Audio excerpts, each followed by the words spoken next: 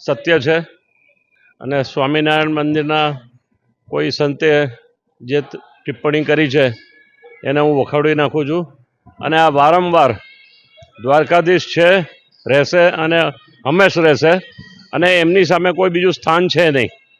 પર્વ ભગવાન છે અને અખંડ છે.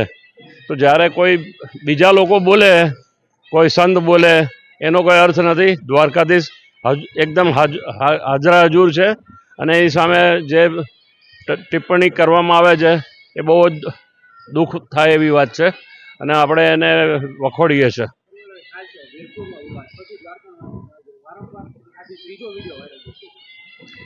હા, એટલે એક એક એ લોકોનું મને લાગે છે કે દ્વારકાધીશમાં વિશ્વાસ નથી કે ભગવાન પર વિશ્વાસ નથી, પોતાનામાં વિશ્વાસ છે એવું દેખાય છે. એટલે એમનો વિશ્વાસ તો છે જ નહીં, એમના ભગવાનનો એમને વિશ્વાસ નહીં હોય. નહીં તો દ્વારકાધીશ વિશે આવું બોલવું એ બહુ જ દુઃખદ છે.